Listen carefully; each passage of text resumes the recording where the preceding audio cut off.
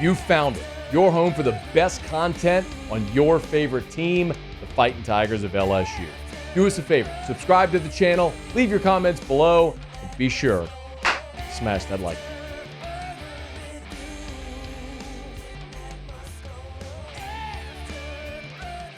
LSU gets it done in Tiger Stadium. They beat Texas A&M 42-30. You know, seasons come and go too fast.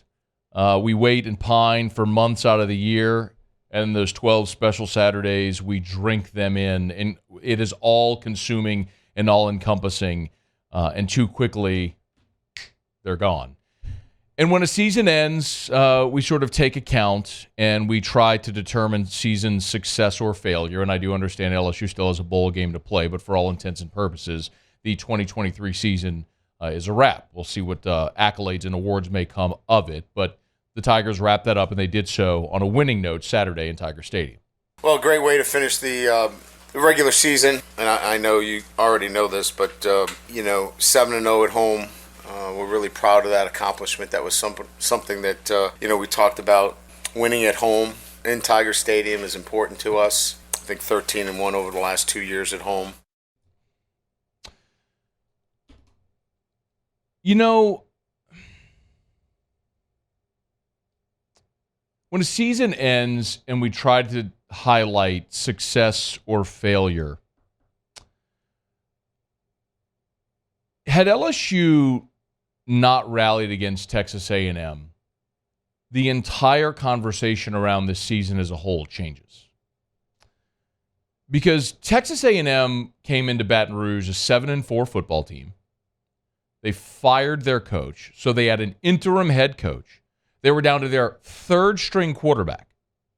It was senior day at LSU. Jayden Daniels is trying to win a Heisman Trophy, and you need to beat A&M to keep alive the hope of back-to-back double-digit win seasons. A home loss would have been absolutely inexcusable. So thank goodness the best player in college football put on a Superman cape. Here's the snap. Pressure comes. He evades it, moves to his left. He's off and running. 45-40, far side 30, 25-20, 15. Grabbed from behind and thrown out of bounds inside the 5-yard line. Jayden Daniels put the Tigers on his shoulders. Picks up the first down on 4th and 4. Ho-hum, another day for Jayden Daniels. 16 of 24 for 235 and 4 touchdowns. He runs the ball 11 times for 120 yards, including that 49-yarder you just heard on what was 4th and 4 at a pivotal point in this game for LSU, where it felt like they had to have that at that moment. And if they didn't, this game was going to get away from them. But that would be the catalyst after the Greg Penn interception for LSU to put up a 21-point fourth quarter. And thank goodness they did, because if we were sitting here today talking about how LSU fell to Texas A&M in consecutive seasons with an interim coach and all the things therein, the nature of our conversation would be dramatically different. A few things about the game. Hat tip Greg Penn, that interception changed the game. In the second half, of course, Texas A&M, they were trying to go back-to-back possessions to score. They scored the touchdown before the end of the first half. They got the ball to start the second half. They drive the length of the field and ultimately would miss that field goal. It missed a short field goal. And, they scored the touchdown to start the second half to go up by 10, 24-14. And LSU ends up giving the ball, scoring. It's 24-21. A&M goes the length of the field. They miss the field goal right there.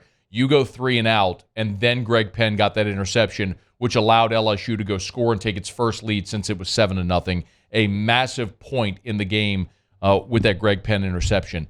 And I'll also say, while I highlighted defensive play, we can all celebrate today and thank God that that's the last time we're going to have to watch this defense ever again. Now, I don't know what's going to happen with Matt House. I don't know what's going to happen with defensive staff changes. One thing's for certain is staff changes are going to come. Whether it's, I'm not breaking news here, I don't know. If Brian Kelly's going to fire Matt House, retain him, make other staff changes, that's all going to be decided as they do exit interviews and make whatever determination they're going to make. But you cannot go forward next year with the same approach you had this year. There will be new players. There will be new staff members. There will be a new approach, however it may look. And thank God this is the last time we ever have to lay eyes on that defense. And we could blame a lot of things. Players, yes, you were deficient at spots talent-wise on this defense. Scheme, undeniable. Your coaching was poor. Your approach was poor. Texas A&M is going forward on a fourth down, and they complete a 32-yard pass where a guy's wide open. They were going forward on a fourth down. The only stop you got in the first half was when they were going forward on 4th and 2, and their guy was wide open, just dropped the damn ball. That's scheme. It's either you didn't have your guys in the right spot or you didn't coach them well enough to know where to be. Effort, tackling, check all the boxes. It was awful across the board in all phases defensively this year, and thank God it's the last time we ever have to watch them again.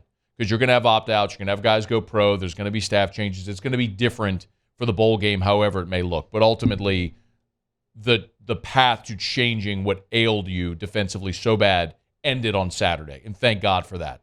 Because that defense very well may have cost Jayden Daniels an opportunity to Heisman Trophy and this team an opportunity at playing for another national championship. Because you literally had the number one scoring and total offense in college. You had the best offense in college football. Your defense just had to be good enough. They didn't have to be great. They just had to not be the worst we'd ever seen. Yet, that's what transpired throughout the course of this 12-game season. And it cost you. It cost you an opportunity at greater heights. A&M, 9 of 18 on third down, 3 of 5 on fourth down. Again, the only miss in the first. The only 2 times your defense got off the field. The 4th and 2 with the drop pass, and then when they went forward on fourth down at the end of the game. Those are the only times you got stops on fourth down. If you don't laugh, what else are you going to do? Brian Kelly after the game was asked about staff changes and what may come. Here's what Brian Kelly said on evaluating the staff and potential changes. Every year there's going to be an evaluation. I evaluate what I've done, and I have to look at, as the leader of this program, how did I lead this year? So it starts with me. And then I'll evaluate all of our coaches and, our support staff as well. Everybody is part of this evaluation process. Our players will be evaluated this week, and then I'll go through a lengthy evaluation process of our entire staff, not just the coaches, but the entire support staff as well. The ultimate goal here is to win championships, but I also know that the development of this program is still ongoing, and that's an important piece in this evaluation process as well. So if you follow that timeline, Brian Kelly said he'll evaluate the players this week, and then after that, a lengthy evaluation of the staff. For whatever it is worth, the transfer portal opens on December the 4th, so this coming weekend, transfer portal opens officially. If you're going to make changes, you might want to do it in a prudent manner. Couple other things. Salute Malik Nabers, broke the LSU career receptions record that was held by Wendell Davis and should have broken the career receiving yard record, but a bogus holding call on Kyron Lacey negated the yardage that would have broken that record. But Malik did say he's coming back for the bowl game and has eyes on breaking that record, so no doubt he will. One of the all-time greats, and he didn't even need to change his jersey number to prove it. Be the greatest to ever wear number 8 at LSU, and I think he is certainly that at this point. Also, how about the LSU offensive line? We talked about A&M's defensive front. Led the country in tackles for loss with 8.5 a game. Second in the country in sacks with 4 a game. LSU allowed 2 TFLs and 2 sacks the entire game. Against that defensive front, that was a really, really good job. Credit Texas A&M's game plan. They came in with the right approach. They wanted to control the football. They wanted to play with physicality, and ultimately they succeeded to that end. They controlled the ball for nearly 37 minutes of the game, and it worked for 3 quarters. But that's how dominant this LSU offense is. When that team executed what they were trying to do for 3 full quarters and controlled the ball for 14, 15 more minutes than you did. Basically, they had a full quarter time of possession more than you did. And you still put up 42 points. You're only going to hold them down for so long. So, you look, the regular season's done. Jayden Daniels objectively had the best season of any player in college football this year. We'll see if it's good enough to get him a Heisman Trophy. We'll see what's coming for staff changes. We'll find out what the bowl destination will be for LSU. My only hope at this point is that the defense didn't cost Jayden Daniels his shot at immortality. But for the last act that we got to see in Tiger Stadium, Jayden Daniels pulling that team up from a deficit, going off for a 21-point fourth quarter. What an exit for JD5. Hey, thanks so much for watching. Please leave your comments. I love to interact, and be sure to hit the red subscribe button below.